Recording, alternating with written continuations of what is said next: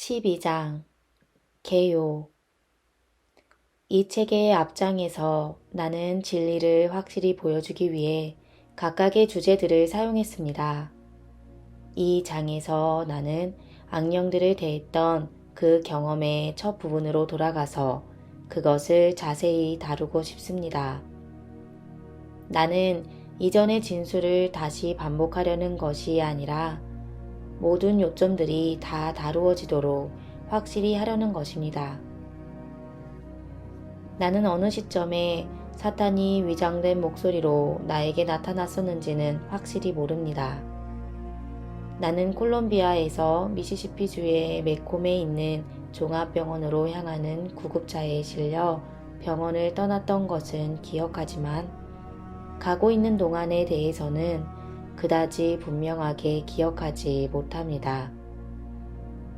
우리가 중간쯤 갔을 때 나의 모든 활력 징후는 멈추었고 우리가 병원에 도착했을 때 의사들이 응급실에서 7시간 넘게 나에게 작업했었습니다.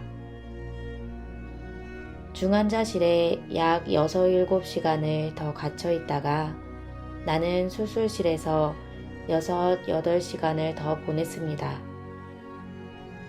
그들이 나를 다시 중환자실로 데려갔고 나는 거기에서 7일 동안 머물렀습니다. 수술에서 나온 지 13시간 후에 나의 오른쪽 폐가 붕괴했고 그 상태에 대한 수술은 중환자실에서 행해져야 했습니다. 영에서는 시간의 개념이 없다. 그 기간 동안 어느 때에 사탄이 나에게 왔는지는 모릅니다. 나를 속이려는 사탄의 이 시도는 나의 초자연적 경험의 첫 부분이었습니다. 그의 유혹이 실패한 후에 나는 내 육체적 몸으로부터 빼내졌습니다. 어느 시점의 시간에 그것이 발생했는지, 그리고 내가 내 몸에서 얼마나 오래 나와 있었는지도 모릅니다. 왜냐하면 내가 영적 세계에 있을 동안에는 시간의 개념이 없었기 때문입니다.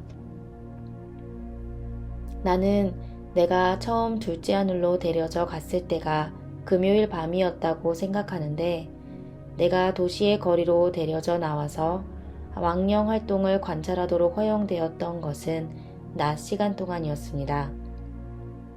금요일 밤에서 월요일 밤까지의 대부분의 시간에 내가 내 몸에서 나와 있었을 가능성이 큽니다. 한 번은 내가 내 몸 쪽으로 다시 데려와졌었지만 나는 그때 그 몸으로 돌아가지 않았습니다. 다른 때에 내가 몸으로 되돌려졌다가 나중에 다시 데려가졌을 수도 있었습니다. 나는 한 가지는 확실히 압니다. 나는 내가 보도록 허용되었던 것 모두를 내 기억에 보유하도록 허용되지는 않았습니다. 그들은 의도적으로 그들이 나의 기억에서 어떤 것들을 가져갔다는 사실을 내가 알게 만들었는데 나는 이것의 목적은 이해하지 못합니다. 만일 그들이 내가 어떤 것들을 기억하기를 원하지 않았다면 그들은 우선 왜 내가 그들이 그것들을 나에게 보여주었다는 것을 알게 만들었을까요? 내가 본 모든 것들을 기억하도록 허용하지 않은 두 가지 예가 있습니다. 하나의 예는 신비 악령입니다. 두 번째는 그 터널을 그렇게 아름답게 만들었던 것이 무엇이었는가입니다. 거기서는 아주 분명했었지만 여기서는 분명하지 않은 다른 것들도 있습니다. 그들이 왜 이런 일들을 했을까라고 나는 스스로에게 질문합니다. 그리고 그들이 내가 이해하지 못했었던 어떤 일들을 나에게 보여주려고 엄청난 노력을 해놓고도 그 일들에 대해 설명해 주지 않았던 경우도 있었습니다. 예를 들면 나는 이 물리적 세상의 모든 장소들 중에서 주유소 주위에 집중된 악령 활동을 보도록 허용되었는데 왜 거기에 그렇게 많은 활동이 있었는지에 대해 한마디의 설명도 듣지 못했습니다. 그들은 병원 주변에 특별히 강하게 집중된 악령 활동에 대해서도 설명하지 않았습니다. 나는 하나님이 어떤 식으로든 비조직적이지 않다는 것을 압니다. 내가 보도록 허용된 모든 것들과 참여했었던 것에는 이유가 있었습니다. 내 기억에서 지워졌던 그 일들은 의도적으로 그렇게 된 것이었고, 그것이 내 기억에서 지워졌다는 사실은 의도적으로 나에게 알려졌습니다. 내가 내릴 수 있는 유일한 결론은 하나님께서 나중에 나를 통해 이 일들을 사용하실 계획들을 가지고 계시리라는 것입니다. 그때가 오면, 그리고 그것이 그분께 편리하다면 그분은 그것들을 나의 기억으로 가져오실 것입니다. 나는 왜 이것이 나에게 주신 놀라운 경험의 일부여야 했는지 다른 이유는 생각할 수가 없습니다. 위조의 신. 사탄이 나를 유혹했던 때 나는 정말로 내가 듣고 있었던 그 목소리가 하나님의 것이라고 생각했습니다. 단지 내가 내 생애 처음으로 초자연적인 청각적 목소리를 듣고 있었기 때문에 그런 결론으로 뛰어들었던 것은 아니었습니다. 그 목소리 자체에 물리적인 세상에 알려지지 않은 속성의 뭔가가 있었는데 그것이 나로 하여금 말하는 이가 하나님이었다고 믿게 만들었습니다. 그것은 사탄에게 흔한 속성은 아니었고 오직 하나님께만 흔한 속성이었습니다. 사탄은 그 속성을 모방해서 하나님의 목소리의 속성들을 위조했습니다. 속임수의 대가. 내가 그 목소리를 들었을 때 내 영은 그것이 하나님의 것임을 알았습니다. 나는 내가 하고자 하는 말을 단어로 표현하기가 어렵습니다. 내 영은 오직 하나님만이 그 목소리의 음색에 드러난 그런 속성들을 소유하실 수 있다는 것을 알았습니다. 그것이 내 영이 나에게 이것이 하나님이 말씀하시는 것이라고 말했던 이유입니다. 이 사건을 통해서 나는 사탄이 심지어 영까지도 속이고 사기칠 수 있는 능력을 가지고 있다는 것을 배웠습니다. 그가 항상 육체를 속여왔었다는 것은 알지만 이 일이 나에게 일어나기 전까지는 나는 영에 대해서는 확실히 몰랐습니다. 그렇다면 그것이 하나님이 말씀하시는 것이 아니고 실제로는 사탄이라는 사실에 대해 무엇이 나를 일깨웠을까요? 무엇이 너무 늦기 직전에 내 마음에 그 깨달음을 가져왔을까요? 그것은 그분의 목소리를 알 수 있도록 하나님께서 오직 그분의 자녀들에게만 부여하신 지혜였습니다. 보시면 사탄이 자신이 사용하기 위해 하나님의 목소리를 모방해서 위조할 수 있었음에도 불구하고 그는 하나님의 자녀들 중에 하나를 속일 수는 없었습니다. 그분의 목소리를 분별할 수 있는 지혜를 하나님으로부터 받지 못한 사람이라면 거기에 완전히 속아 넘어갔었을 것입니다. 요한복음 10장 2절.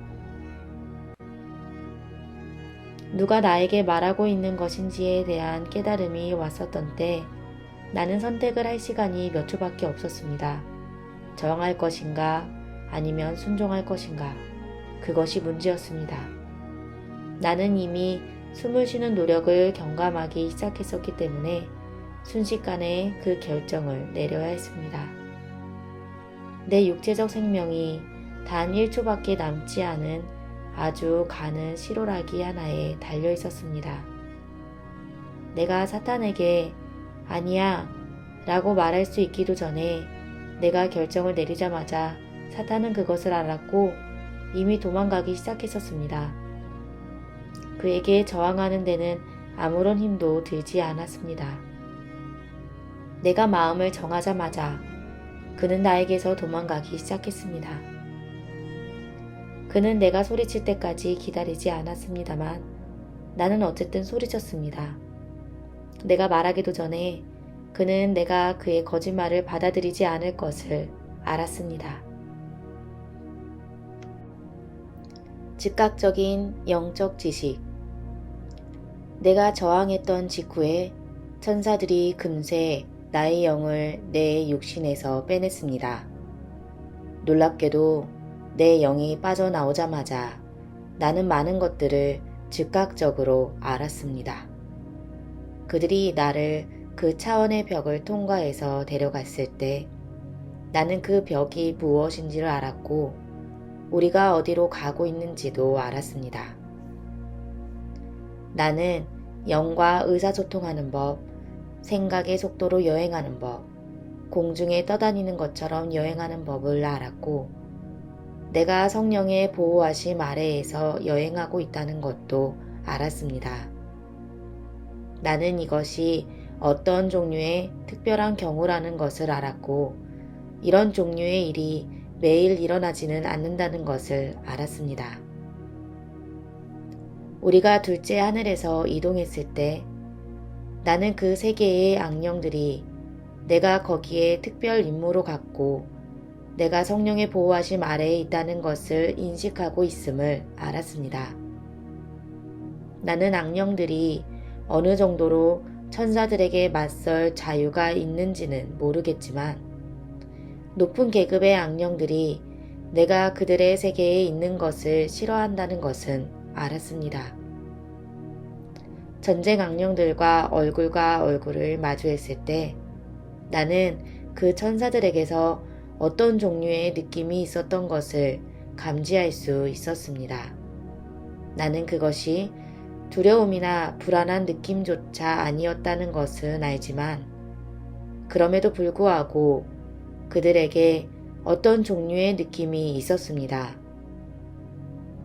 나는 그 천사들이 반응하는 것은 보지 못했습니다만 전쟁 악령들이 접근했을 때 그들이 약간 경직되는 것은 감지할 수 있었습니다. 나도 역시 경직되었습니다만 두렵지는 않았습니다. 나도 불안하지는 않았습니다만 나에게도 그 대면에 대한 어떤 종류의 느낌이 있었습니다. 이 느낌은 인간의 어휘로는 설명할 수 없지만 그것은 정말 실제였습니다.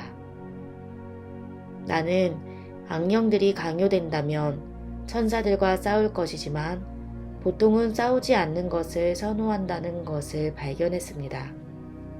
그러나 특정한 상황 아래에서는 그들이 천사들과 싸울 것입니다. 내가 알아챈 또 다른 확연한 것은 내가 모든 악령들을 보고 있었을 때 전체의 여행을 통틀어 단 한 번도 천사가 그들에 대해 어떤 경멸적인 발언도 하지 않았다는 것입니다. 심지어 가장 낮은 지위에 있는 불가촉자들 또는 변태 안녕들에게도 부정적으로 논평하지 않았습니다. 나는 그들이 그 악령들의 능력을 존중한다는 뚜렷한 인상을 받았습니다. 성경은 유다서 1장 9절에서 이런 존중에 대해 보여줍니다. 악령들과의 대면. 이 책의 6장에서 나는 아리조나주의 피닉스에 사는 한 젊은 주부가 외계인들을 만났었다는 주장을 했던 사례를 보고했습니다.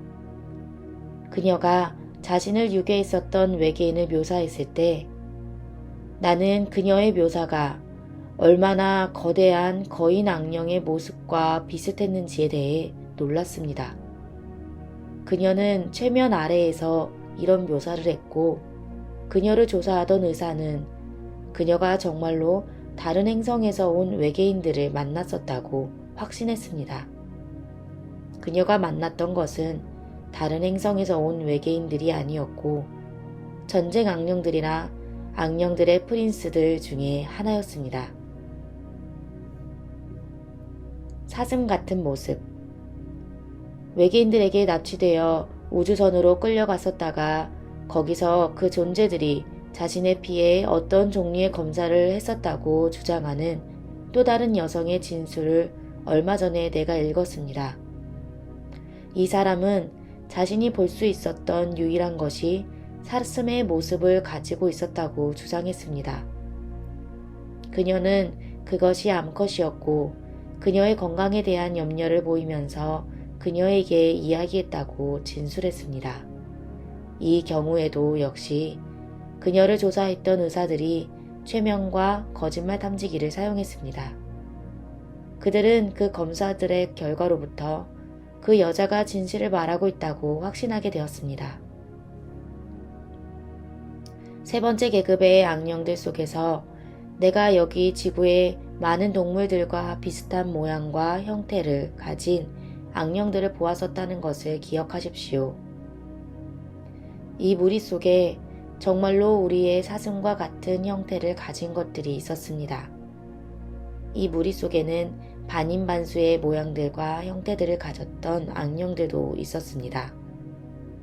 나는 그리스 신화의 반인반수의 존재들에 대한 영감이 이 무리로부터 나왔을 가능성을 고려해 봅니다. 개구리 같은 모습. 나에게 강조되었던 다섯 번째 무리의 악령들인 변태 악령들에게도 역시 우리의 낮은 급의 동물들과 비슷한 모습들과 형태들을 가진 구성원들이 있었습니다.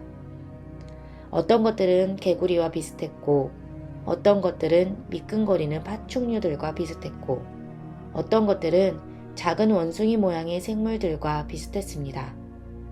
심지어는 과도하게 자란 개구리들과 비슷하게 보이는 것들도 있었습니다. 이 세 번째 계급 이하에서 나온 많은 악령들은 공상과학이나 우주 영화에서나 볼만한 생물들과 유사한 무언가를 생각나게 하는 모양들과 형태들을 가지고 있었습니다. 이 세 번째 계급 아래에는 모양이나 형태에 있어서 인간들과 비슷한 악령은 없었습니다. 모양과 형태가 인간과 비슷한 어떤 악령이든지 세 번째 계급이나 더 높은 등급이어야 했습니다. 나는 이것이 얼마나 중요한지 또는 있다면 어떤 의미가 있는지는 모릅니다. 그 악령들이 나를 보았고 심지어 어떤 것들은 그들의 세계를 통과해서 여행하는 동안 우리를 따라다녔음에도 불구하고 내가 유일하게 개인적으로 대면했었던 것은 대열을 이탈해서 나에게 다가와서 자신의 얼굴을 내 얼굴에다 들이대고 나를 노려보았었던 전쟁 악령이었습니다. 그는 한마디도 하지 않았고 나를 만지지도 않았습니다. 그는 그가 나에 대해 어떻게 생각하는지를 행동으로 알려주었습니다. 그는 내가 거기에서 신성한 보호 아래에 있다는 것을 알았었지만 그가 취했던 행동이 허용될 것이라는 것도 분명히 알았었습니다. 내가 그 보이지 않는 분리하는 차원의 벽의 저쪽 편에 있었을 동안 나는 물리적 세상을 들여다볼 수가 없었기 때문에 이쪽에서 일어나는 일들을 볼 수가 없었습니다. 나는 그 벽을 볼 수가 없었고 그것을 통과하는 법도 몰랐습니다. 명백히 그 천사들은 여기서 일어나고 있는 것들을 알았고 어디서 그 벽을 통과해야 하는지도 알았습니다. 그들이 여기서의 악령 활동을 보여주기 위해 나를 물리적 세상으로 데리고 돌아올 준비가 되었을 때 그들은 자신들이 원하는 장소로 나오기 위해 어디서 그 벽을 통과해야 할지를 알았습니다. 정신 감응, 텔레파시.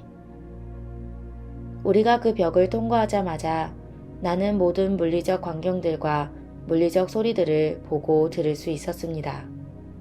나는 사람들이 이야기하는 것도 들었고 그들이 말하는 각각의 단어를 이해했습니다. 그러나 그 사람들은 나를 보거나 듣지 못했습니다. 내가 육체적 몸 밖에 있었기 때문에 나는 마음의 파장을 이용해 마음을 내뿜고 그런 방식으로 받으면서 영으로서 의사소통해야 했습니다. 영적 의사소통을 묘사하는 가장 쉬운 방법은 정신적 텔레파시라는 용어를 사용하는 것입니다. 나는 영이 육에게 분명한 메시지를 전달하는 유일한 방법이 육체적 몸을 통해서라는 것을 발견했습니다. 어떤 악령들은 특정 상황에서 자신들의 형태를 인간들에게 드러내는 능력을 가지고 있고 인간 세상은 이것을 유령, 귀신의 출현이라고 부릅니다. 이런 유형의 유령, 귀신, 출현의 대부분의 경우에는 그 악령이 세 번째 계급에서 나오겠지만 항상 그런 것은 아닙니다. 염력. 세 번째 계급에서 나온 악령들이 물리적 세계에서 물리적 물체를 움직이는 능력을 가진 자들입니다. 이 물체들의 움직임은 육체적인 눈으로 감지될 수 있지만 육체적인 눈은 그 물체를 움직이고 있는 영은 감지할 수 없습니다. 이것은 물리적 세상에서 염력이라고 언급됩니다. 이 능력이 세 번째 계급의 악령들에게만 제한되어 있지는 않지만 그들이 여기 지구에서의 이런 유형의 활동을 책임지고 있는 자들입니다. 수호천사들도 이런 능력이 있고 때때로 이것을 사용하지만 검은 마법의 영역과는 절대 연관되어 있지 않습니다. 무의식적인 마음. 영이 육신에서 분리된 사람의 영과 의사소통할 때 의사소통은 항상 텔레파시를 통해 무의식적인 마음에 행해집니다. 육체적인 사람은 육체적 상태에 있을 동안에는 자신의 무의식적인 마음을 인식하고 있지 않지만 육체로부터 분리되었을 때는 그가 사용하는 것이 무의식적인 마음입니다. 사람의 무의식적인 마음은 하나님의 형상의 모든 속성들을 가지고 있습니다. 사람의 마음은 두 가지 상태에 있는데 의식적인 마음은 육체적 상태이고 무의식적인 마음은 영적 상태입니다. 사람이 이 두 가지 상태 사이에서 이동하는 것을 의식 변성 상태라고 부릅니다. 의식 변성 상태. 사람이 의식 변성 상태에 있을 때가 악령들의 직접적인 영향에 가장 열려있는 때입니다. 이 상태에서는 사람이 자신의 의식적 마음과 무의식적 마음에서 받을 수 있고 두 가지 마음 모두로부터 기억할 수 있습니다. 영적 존재들은 자신들이 그것에 관여하는 것을 사람의 의식적인 마음으로부터 감출 수 있는 능력이 있습니다. 그들은 무의식적인 마음에게는 이것을 할 수 없는데 그것이 그들이 무의식 속에서조차도 사람에게 자기 자신의 이름으로 오지 않는 이유입니다. 그들은 항상 그 개인이 좋다고 생각하는 존재로서 나타날 것입니다.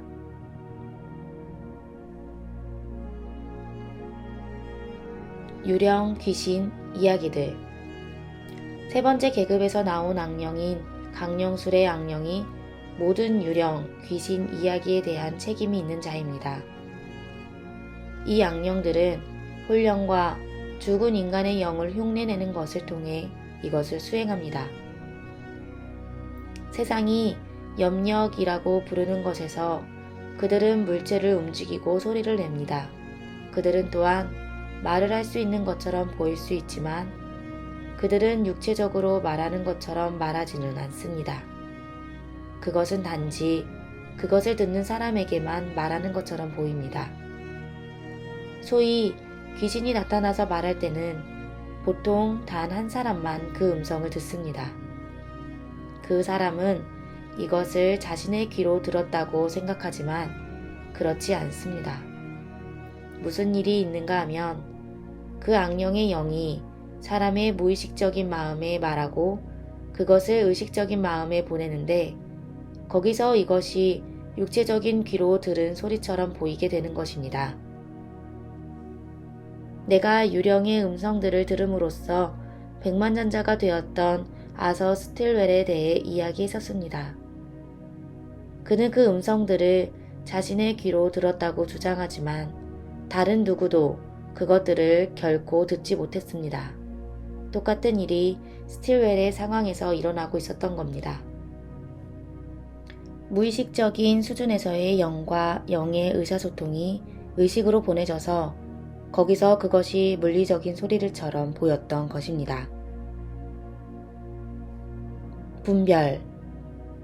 악령의 영들이 물리적 세상에게 분명하고 간결한 용어로 의사소통하는 유일한 방법은 인간의 몸을 통해서입니다. 이 방법은 성령에 의해 통제받는 하나님의 자녀를 통한 공개적 의사소통에서 분명하게 나타납니다. 그 외에 어떤 다른 의사소통도 무의식적 마음을 통해서 그것을 의식적인 마음에 전달하는 1대1의 방식에 바탕을 두고 있습니다. 인간의 옷을 입고 있는 천사들.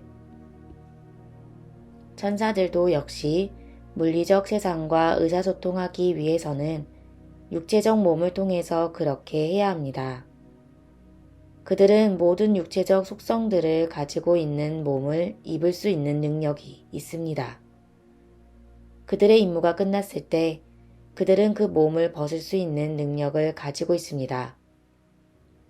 사람으로 나타날 수 있는 이 능력은 성경에 창세기 19장 1절에서 3절, 에스겔 11장 3절, 다니엘 8장 15절, 다니엘 10장 4절에서 18절, 스가랴 1장 11절, 누가복음 1장 11절, 요한계시록 10장 1절에서 3절과 같은 성경 구절들에 잘 기록되어 있습니다.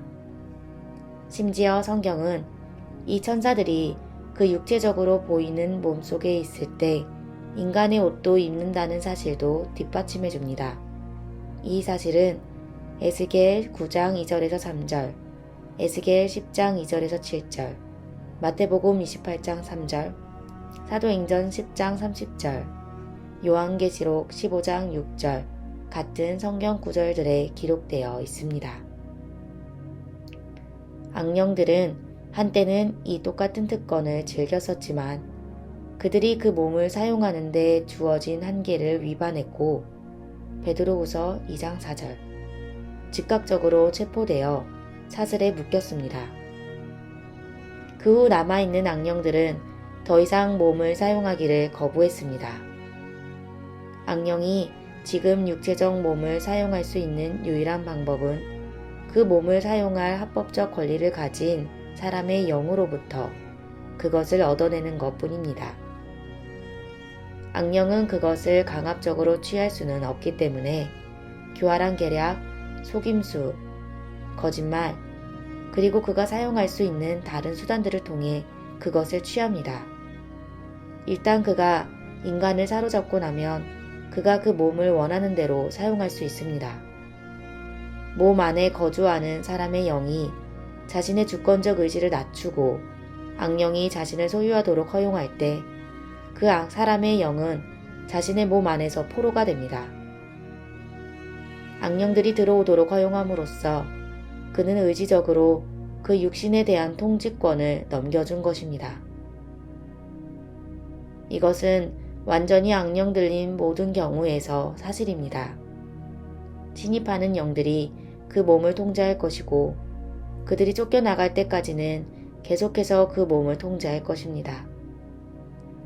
이것은 성경의 중요한 진리이고 예수님이 군대 악령들을 쫓아내셨던 가다라의 남자에 대한 이야기에 충분히 그려져 있습니다.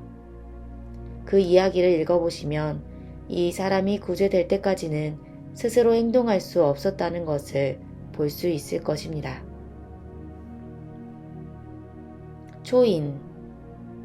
육이 천사들보다 낮게 만들어졌기 때문에 천사들처럼 악령들도 초인입니다. 히브리서 2장 7절. 육은 악령들보다 더 적은 능력들을 가지고 있습니다. 그러나 무의식적인 수준의 영에 있어서는 우리도 역시 초인입니다. 그러므로 우리가 악령들을 내쫓을 때는 우리가 우리 자신의 힘으로 하려고 노력하지 않아야 마땅합니다. 이런 유형의 노력은 사도행전 19장 13절에서 19절의 축사시도 이야기에 적절하게 그려져 있습니다. 이런 맥락에서 오직 권세를 가진 자들만이 악령들을 쫓아낼 수 있다는 점이 주목됩니다. 그들은 자신들의 힘으로가 아니라 그리스도의 권세와 능력으로 악령들을 쫓아내는 겁니다. 11장을 보세요. 점성술, 별점. 그들이 인류의 매일의 삶 속에서 여러 가지 많은 관여를 하기 때문에 나는 세 번째 계급의 악령들에 대해 길게 이야기했습니다. 나는 사람의 매일의 일상에서 그들이 어떤 식으로든 영향을 미치지 않는 것은 한 부분도 모릅니다. 그들은 심지어 미국 대부분의 가정에서의 아침 식탁에서조차 명백한데 거의 대부분의 가정에서 아침 식사 동안 조간신문이 읽혀지기 때문입니다. 식탁에서 누군가 거의 예외 없이 이렇게 말할 겁니다. 별점이 있는 면을 보자. 오늘 내 일진이 어떨지 봐야지. 이런 많은 것들이 장난으로 행해집니다. 그러나 그래서는 안 됩니다. 이것은 치명적으로 심각하게 받아들여져야 합니다. 그들은 일상 중에서 종교에 대한 토론이 있을 때 명백합니다. 왜냐하면 그들은 항상 종교적 논란에 참여하기 때문입니다. 우리가 심령력과 심령적 사건들에 대해 들을 때나 신비주의와 환생, 그리고 귀신 이야기를 들을 때 이 악령들이 일하고 있습니다. 그들은 우리 삶 속에서 많은 사람들이 익숙해져서 인식하지 못하고 있는 장소들 속에 있는데 이런 사람들은 악령들의 활동에 대해서는 관심조차 없습니다. 여러 가지 시험들. 물론 우리의 매일의 삶 속에서 다른 악령들로부터 오는 유혹들도 있습니다. 우리가 얼마나 많이 이 5개의 주요 무리의 악령들로부터 나온 탐욕, 분쟁, 증오, 정욕, 그리고 다른 전문 영역들에 직면합니까?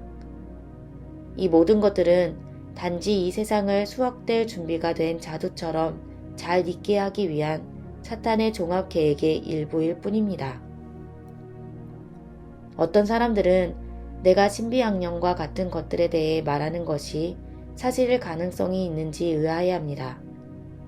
다른 방법으로 다루어져야 하는 다른 종류의 악령들이 있다는 것을 예수님 자신이 분명히 지적하셨습니다. 그분은 마태복음 17장 21절에서 말씀하셨습니다. 그럼에도 불구하고 이런 종류는 기도와 금식을 통하지 않고는 나가지 아니하느니라 하시니라. 이 진술에서 예수님은 2가지 중요한 사실을 인정하셨습니다. 첫 번째, 아주 확실히 여러 종류의 악령들이 있다. 둘째, 모든 악령들이 같은 방식으로 다루어지는 것은 아니다. 악령들을 다루는 법에 대한 장에서 나는 특정한 점을 아주 분명하게 하려고 노력했습니다. 악령들을 다룰 때 사람은 자신이 다루고 있는 악령의 종류를 알아야 합니다. 성령의 은사들에 대한 담론에서 바울은 분별의 은사를 다루었습니다. 고린도전서 12장 10절. 이 은사의 목적은 사람이 자신이 다루고 있는 악령의 종류를 알 수 있게 하기 위한 것입니다. 사령관 악령. 우리는 사로잡힌 대부분의 사람들이 많은 악령들에 의해 사로잡혔다는 것을 압니다. 그렇다면 사람이 각각의 종류의 악령을 다 알아야 하는 거라는 질문이 생깁니다. 대답은 아니요입니다. 어떻게 되는지 말씀드리겠습니다. 사탄의 각각의 과제에서 한 악령이 지휘를 합니다. 그가 모든 명령을 내리고 사로잡힌 육신을 가지고 무엇을 할지를 결정합니다. 그가 모든 악령들을 대표해서 말을 하고 사령관 악령입니다. 다른 모든 악령들은 그 임무에서 단지 보조적인 악령들입니다. 사령관 악령이 일부 다른 악령들에게 그 몸을 통해 그들의 인격을 드러내도록 허용할 수는 있지만 그의 인격이 가장 지배적인 인격일 것입니다. 사령관 악령을 패배시키면 전체 과제를 패배시키는 겁니다. 기억해야 할 좋은 규칙 중에 하나는 모든 사령관 악령들이 강조되었던 5무리를, 즉 전쟁 악령, 탐욕 악령, 검은 마법의 악령, 신비 악령, 변태 악령들 중에 하나로부터 나온다는 것입니다. 이 다섯 무리들 각각은 그들 무리들 안에 수많은 악령 조력자들을 가지고 있는데 한 무리 안에 모든 조력자들이 서로 관련된 전문 영역들을 가지고 있습니다. 다섯 무리들 중 하나에서 나온 사령관 또는 책임자 악령은 또한 다른 무리들에서 나온 조력자들도 사용합니다. 악령의 자아. 인간들 속에서 악령 활동을 알아보는 가장 쉬운 방법들 중의 하나는 그 인간을 통해 보여지는 인격을 통해서입니다. 그러나 이것은 사령관 악령이 신비 악령일 때는 항상 진실이 아닙니다. 왜냐하면 그의 커다란 자산이 익명으로 남아있는 능력이기 때문입니다. 기억해야 할 또 다른 하나의 법칙은 악령이 항상 어떤 식으로든 숙주 인간 속에서 자신의 존재를 드러낼 것이라는 겁니다. 악령들이 무엇보다도 자신의 인격들을 나타내 보이는 것을 즐기는 듯하므로 심지어 신비 악령에게조차도 이것이 우리가 살펴볼 첫 번째 표시입니다. 만일 그가 숙주 인간을 통해 자신의 인격을 나타내기로 선택한다면 그는 그 인간 속에 오직 아주 가까운 가족이나 소수의 가까운 친구들에게만 보여질 가능성이 있는 숨겨진 인격의 방식으로 그렇게 할 가능성이 큽니다. 그들의 인격을 나타내 보임으로써 각각의 악령은 자기 자신의 자아를 충족시킬 기회와 만족감을 얻는 듯합니다. 신비 악령도 억제되어 있기는 하지만 여전히 자아를 가지고 있습니다. 신비 악령은 자신을 육체적 기형, 정신 이상 또는 간질로 나타내 보일 수 있습니다. 나는 모든 육체적 기형, 정신 이상, 간질이 다 악령들린 경우라는 인상을 주려는 의도가 아닙니다. 내가 하는 말은 그들이 인간들 속에서 이런 상태들을 흉내낼 수 있다는 것입니다. 이런 상황에서는 분별의 은사가 필요할 것입니다. 교대반.